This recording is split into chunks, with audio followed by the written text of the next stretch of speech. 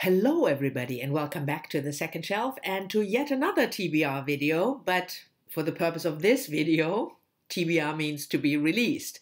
This is a video that I film every month, the beginning of the month, when I look at the upcoming new releases and then I pick a couple that I personally found interesting and then I share them with you. I filmed this video on Sunday, so it's gonna upload today on the 4th of November, but I filmed it on the 1st of November, so I have no idea how the election turned out.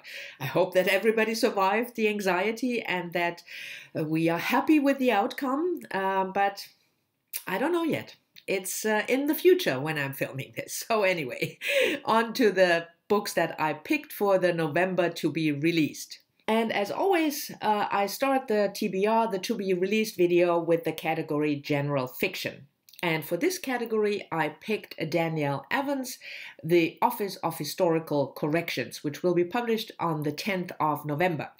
And it's not a novel, it's a novella and stories. Danielle Evans is a US-American writer and she teaches creative writing as well, and she has published a previous collection of short stories, but I haven't read it. So for me, she is a new author. And if you're following my channel, you probably know that I don't read many short story collections, and I'm always looking to trying to remedy that. And certainly if I find something as a new release that sounds promising. And also I want to really try do an effort of reading more POC authors. So both these aims come together beautifully in this new collection by Danielle Evans. And it's a novella and short story, so there is at least one longer piece in the collection. And I thought the description of the story sounded really interesting, exploring race, culture and history, and especially looking at interpersonal relationships and also interracial relationships.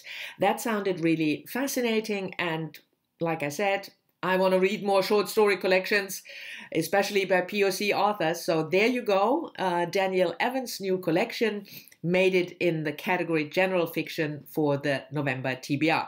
Next up is Nonfiction. And for this category, my pick of November is Aubrey Gordon, What We Don't Talk About When We Talk About Fat, which will be released on the 17th of November. I came across Aubrey Gordon, a fat person herself. I can say that, fat, because she calls herself your fat friend. I will leave a link to her website and podcast down below. So I came across her through her podcast and blogs and Twitter accounts talking about what it means to be fat in a society. She's an American author, by the way, in a society that condemns being fat as, first of all, of course, your own fault and a lack of willpower and morally condemnable. And I thought this was really interesting, giving a different view on, how we look at bodies, especially female bodies, but also male bodies. I learned from her blogs and podcasts that a third of fat people attempt suicide, something like that. I'm not 100% sure about that, but it was a high number. So it is something, and obesity, is something that we all talk about a lot, how we have to fight obesity. And I wanted to read something from the perspective of a fat person, and this is her new book is a collection of her writings about being fat and what it means to be fat and how society looks at fat people. So I thought that was very timely, very topical, but also very interesting, and I would say necessary to talk about. So this book by Aubrey Gordon with the very long title, What We Don't Talk About When We Talk About Fat, is my nonfiction pick for November. The next category is translated fiction, and also debut fiction, and that is Dolores Reyes, Earth Eater, translated from the Spanish by Julia Sanchez, which will come out, the book will come out, not Julia Sanchez, the book will come out also on the 17th of November. Dolores Reyes is an Argentinian author born in 1978, and as I said, this is her first book about set in Argentina, in present-day Argentina, in an unnamed slum, and the main character is a young woman who has or develops the urge to eat earth. And the story then evolves around she keeps that a secret at first, but then she enters a relationship with the police officer, and it spreads that she can eat earth and what that means. I don't know exactly what kind of revelations we will get, but it sounded, I have to admit, a bit gross, but also fascinating. And wanting to read more translated fiction, as you know, so it's always, and a debut author, I'm always interested in, discovering new authors.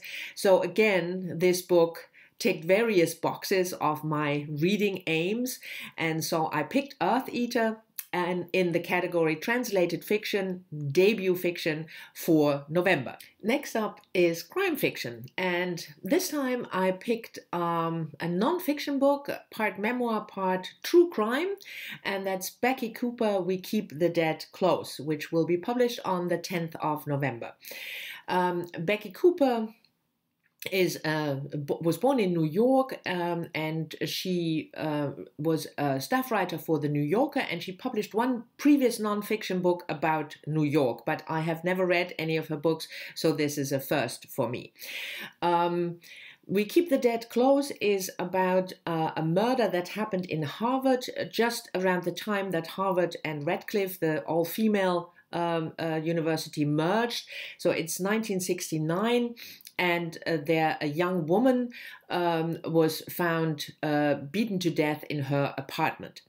So that's the sort of the true crime part. Fast forward 40 years when Becky Cooper enters Harvard, and she hears rumors about that murder that was never solved, and she starts to investigate. And then, as I understood it, we get a combination of this true crime event about what happened to that young woman who was killed back in 1969, but also an exploration of Becky Cooper's life at Harvard.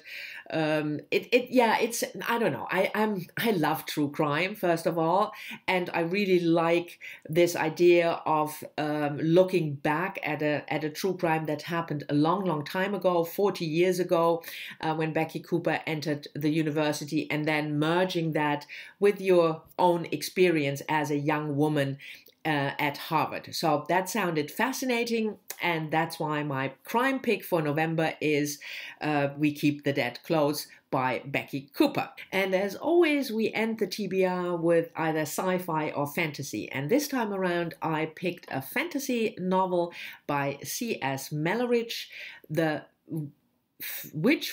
I just can't get this title straight. The Factory Witches of Lowell, which will be published also mid-November. C.S. Melleridge stands for Charlotte Stephanie Melleridge, and she is a writer living in Washington. She writes fiction and non-fiction, and she also taught mythology at the University in Maryland.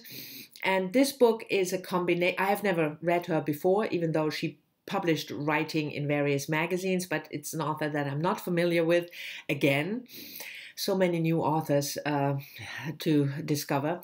Anyway, The Factory Witches of Lowell is a combination of fantasy and historical fiction. So it's set in the mid-19th century in the then mill town of Lowell, Massachusetts, and focuses around the women working in the mill. And the working conditions are horrible and they treated badly, and at a certain point they had enough and they decided to go on strike. So that's the historical fiction part. And then enter the fantasy part, because they are helped by a little witchcraft.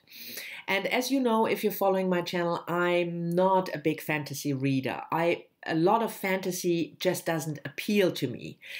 So that your typical fantasy with the sort of middle age knight kind of society, that just doesn't appeal to me. But I'm always on the lookout for fantasy that might be for me, and this one sounded like it could be because of the historical fiction aspect. The focus on women and witchcraft, that sounded fascinating. So this book, and the title, again, I don't know why, but I have real difficulty to get the title right. The Factory Witches of Lowell made it into the TBR for November in the category Fantasy. So this was it, my picks for the new books to be released in November. Thank you very much for watching. I hope you've enjoyed it, and I hope you're still safe and healthy. And again, I hope you survived the election and that we are all happy with the results. I'm looking forward to your comments as always, especially if you have books that you are looking forward that will be released in November. And I'll talk to you all soon in the next one.